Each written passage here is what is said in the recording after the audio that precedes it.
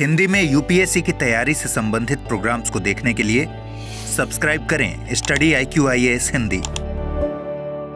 नमस्कार, बहुत बहुत स्वागत है आप सभी का स्टडी IQ-IAS हिंदी में। मेरा नाम है अतुल जैन।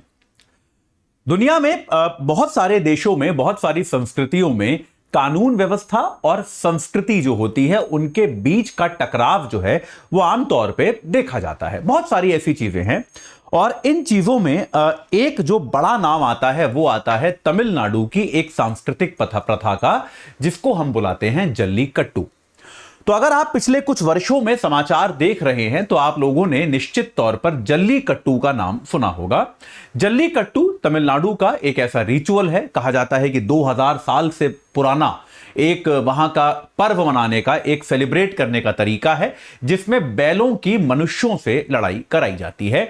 तो ये जल्लीकट्टू पर्व जो है ये वहां पर अक्सर मनाया जाता है, ठीक है। लेकिन आमतौर पर यह कई कारणों से हमेशा विवाद में घिरा रहा है।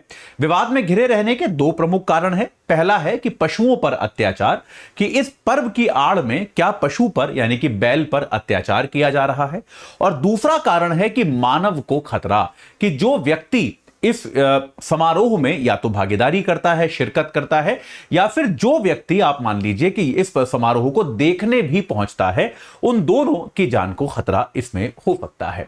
तो जल्लीकट्टू जो है यह हमेशा से विवाद के घेरे में रहा है और अब एक बार फिर जल्लीकट्टू जो है कई वर्षों के बाद दोबारा से विवाद के घेरे में आ गया है। और ऐसा क्यों हुआ है? क्योंकि तमिलनाडु में जल्लीकट्टू पर्व की शुरुआत होते ही यह कहा जा रहा है कि पहले ही दिन, अलग अलग न्यूज वेबसाइट्स पे अलग अलग नंबर है, कुछ जगह 4 है ये संख्या, कुछ जगह 7 है। अब सही संख्या क्या है कह नहीं सकते, अलग अलग वेबसाइट ने अलग अलग नंबर छापा है।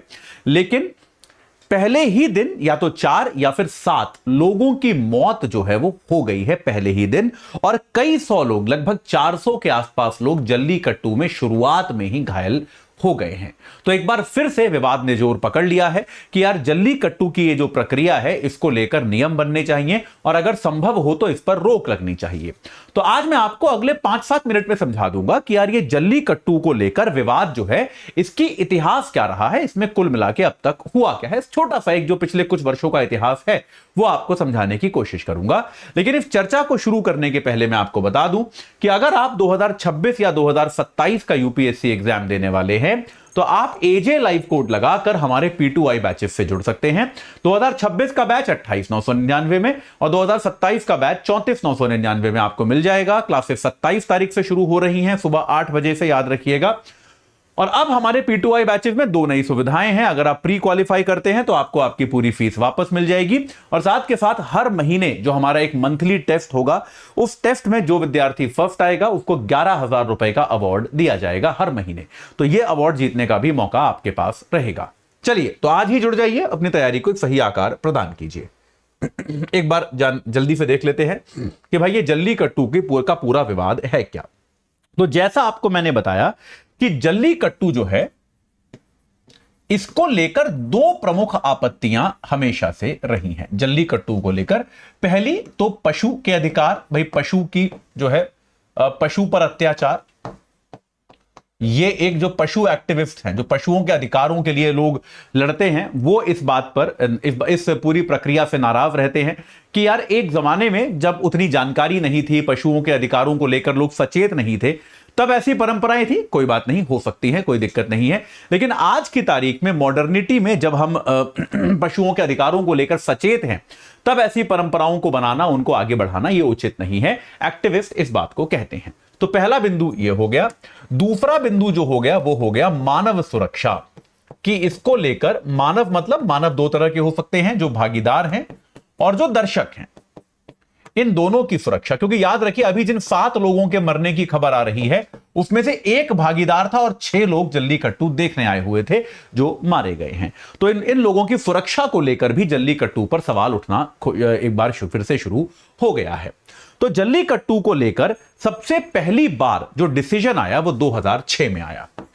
2006 में मद्रास हाईकोर्ट ने क्या किया, पशुओं पर अत्याचार देखते हुए जल्लीकट्टू पर प्रतिबंध लगा दिया। उस समय प्रतिबंध का जमाना था।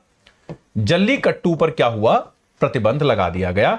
मद्रास हाईकोर्ट ने यह कहा कि भाई ये पशुओं के अधिकारों का उल्लंघन है, इसलिए जल्लीकट्टू की प्रक्रिया पर, जल्लीकट्टू की जो परंपरा है उस पर पूरी तरह से प्रतिबंध जो है मद्रास हाईकोर्ट ने लगा दिया।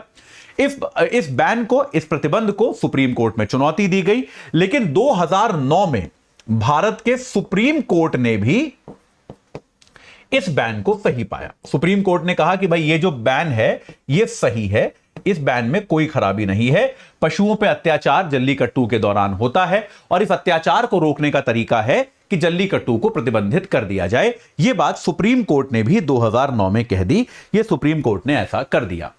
इसको और मजबूती देने के लिए कि जल्लीकट्टू किसी भी तरह से कानूनी बन ना पाए, 2011 में भारत के पर्यावरण मंत्रालय ने क्या किया, एक ऐसे पशुओं की लिस्ट होती है माफ कीजिएगा, तो भाई कुछ ऐसे पशुओं की सूची बनाई जाती है जिनको आप परफॉर्मेंस के लिए ट्रेन नहीं कर सकते, किसी भी तरह के प्रदर्शन के लिए, मेले के लिए आप जिनको प्रशिक्षित नहीं कर सकते। तो बैलों को पर्यावरण मंत्रालय ने क्या किया,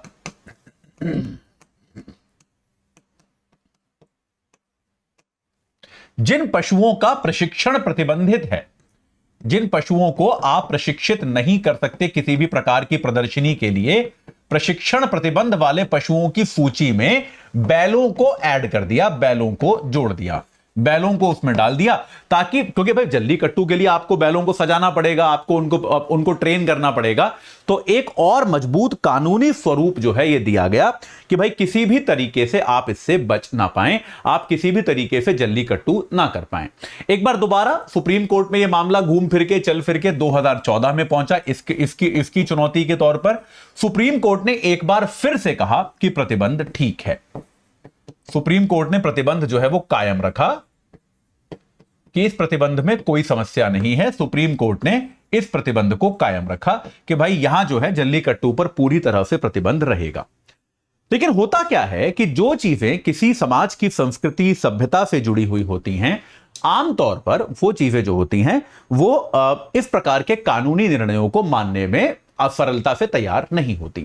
तो तमिलनाडु का जो एक समुदाय है, तमिलनाडु के जो तमिल लोग हैं, वो इस प्रतिबंध को मानने को तैयार नहीं थे। तमिलनाडु की लगभग सभी राजनीतिक पार्टियां जो हैं, चूंकि वो स्थानीय समुदाय को नाराज नहीं करना चाहती थी, इसलिए वो भी बार बार ये अपील करती रही कि भाई ऐसा नहीं होना चाहिए, आप जल्लीकट्टू पर कुछ रोक ठोक लगाइए, आप जो है कुछ रोक टोक लगाइए किसी तरह की, उसको सुरक्षित बनाइए, सुरक्षा का इंतजाम कीजिए, एम्बुलेंस खड़ी कीजिए, सारी चीजें कीजिए, लेकिन पूरी तरह से प्रतिबंध लगा देना उचित नहीं है। तमिलनाडु में यह बात चलती रही। तो अब जो है 2017 से ही क्या हुआ, इसका भारी विरोध शुरू हुआ सुप्रीम कोर्ट के निर्णयों का। 2017 से क्या हुआ, इसको संस्कृति का हिस्सा बताकर इस सुप्रीम कोर्ट के निर्णयों का विरोध शुरू हुआ कि यह संस्कृति का हिस्सा है, और प्रतिबंध का विरोध जो है वो बहुत ज्यादा व्यापक तरीके से शुरू हुआ। जगह जगह पर आपको हिंसात्मक घटनाएं भी देखने को मिली कि भाई प्रतिबंध का विरोध किया गया। तो इसके बाद क्या हुआ, तमिलनाडु की सरकार ने 2017 में क्या किया, 2017 में क्या किया, जो पशु अत्याचार पर प्रतिबंध, पशु अत्याचार निषेध कानून है, तमिलनाडु की सरकार ने अपने राज्य के लिए उसमें प्रतिबंध कर दिया। तो उसमें जो है, माफ कीजिएगा, संशोधन कर दिया, प्रतिबंध गलत शब्द बोल दिया मैंने। तो तमिलनाडु ने क्या किया, जो prevention of cruelty on animals act है, तमिलनाडु ने क्या किया, जो पशु अत्याचार निषेध कानून है उसमें संशोधन किया। इसमें तमिलनाडु ने संशोधन किया और इसमें कुछ सांस्कृतिक चीजों के लिए पशुओं का उपयोग जो है वो अलाउ कर दिया और इसमें जल्लीकट्टू की अनुमति दे दी। यानी कि एक तरह से कानूनी तौर पर जल्लीकट्टू को जो है इस कानून का अपवाद बना दिया गया कि सांस्कृतिक आस्थाओं के चलते आप जल्लीकट्टू कर सकते हैं। यह बात इस कानून ने कही। अब इस कानून के खिलाफ अपील सुप्रीम कोर्ट पहुंचनी भी थी। इसके खिलाफ भाई सुप्रीम कोर्ट, ये जो संशोधन किया, इसके खिलाफ सुप्रीम कोर्ट में अपील की गई। और बेटा कई बार क्या होता है ना कि न्यायालय जो होते हैं कुछ मामलों को जानबूझकर नहीं सुनते, कि भाई लगता है कि यार चलो एक इक्विलिब्रियम जो है बना हुआ है, थोड़े से आप सुरक्षा के इंतजामात कर लोगे, थोड़ा नियंत्रण में करोगे, आप कोर्ट में लाओगे तो कोर्ट तो इसको देखिए, अगर कोर्ट में मामला जाएगा कोर्ट इस संशोधन को डेफिनेटली रद्द करेगी, मेरे को उसमें कोई ज्यादा संदेह नहीं है। लेकिन सुप्रीम कोर्ट ने बेटा 2017 से ये जो अपील सुप्रीम कोर्ट में गई है, सुप्रीम कोर्ट ने ये अपील स्वीकार तो कर ली है लेकिन सुनी नहीं है। स्वीकार कर ली है लेकिन सुनी नहीं है। तो 7-8 साल हो गए हैं एक तरफ से सुप्रीम कोर्ट ने इस पूरे मामले को पेंडिंग ही रखा है, और पेंडिंग होने के कारण जल्लीकट्टू जो है अभी इस कानून के माध्यम से उसकी अनुमति तमिलनाडु में है।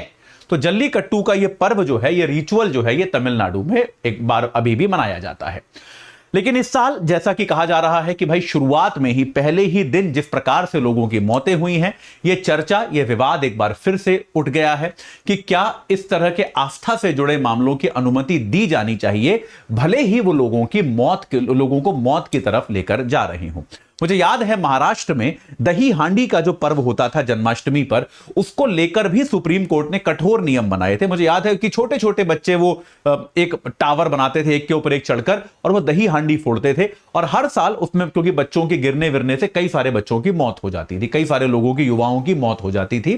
तो सुप्रीम कोर्ट ने उसको लेकर उसकी हाइट पर रिस्ट्रिक्शन लगाया कि इससे ऊंचा नहीं हो सकता, एम्बुलेंस होगी वगैरह। तो शायद जल्लीकट्टू को लेकर भी एक बीच का मार्ग निकाले जाने की आवश्यकता है कि अगर यह सांस्कृतिक पर्व है तो यह किया जाना चाहिए, ठीक है, संस्कृति को पूरी तरह से रोकना ठीक नहीं है, लेकिन हां इसमें सुरक्षा का भी ध्यान रखा जाए, इसकी भी आवश्यकता जरूरी है। तो इसको लेकर कुछ नियम बनाए जाने की आवश्यकता है, एक मध्य मार्ग निकाले जाने की आवश्यकता है। पूर्ण प्रतिबंध अगर आप लगा देंगे, लोग मनाएंगे तो तब लोग आपके आदेश की अवहेलना करके मनाएंगे। बेहतर यह है कि एक ज्यादा सही तरीके से मध्य मार्ग निकाल के इसको संयत किया जाए, ताकि जो है इस प्रकार से लोगों की जान ना जाए। ठीक है, आप इस बारे में क्या सोचते हैं कमेंट सेक्शन में मेरे को जरूर बताइएगा, आप लोगों के कमेंट्स में जरूर देखूंगा। जाते जाते मैं एक बार आपको फिर से बता दूं कि अगर आप 2026 या 27 में यूपीएससी एग्जाम दे रहे हैं तो आप हमारे P2I बैचेस से जुड़ सकते हैं। 2026 का बैच 28,999 में मिलेगा, 2027 का बैच 34,999 में मिलेगा अगर आप एजे लाइव कोड लगाएंगे। 27 तारीख से बैच शुरू हो जाएंगे, तो आप आज ही इन बैचेस से जो है अपनी एजे लाइव कोड लगाकर जुड़ जाइए और अपनी तैयारी को सही आकार प्रदान कीजिए। इस चर्चा से जुड़ने के लिए आप सभी का बहुत बहुत धन्यवाद। हिंदी में यूपीएससी की तैयारी से संबंधित प्रोग्राम्स को देखने के लिए सब्सक्राइब करें स्टडी IQ IAS हिंदी।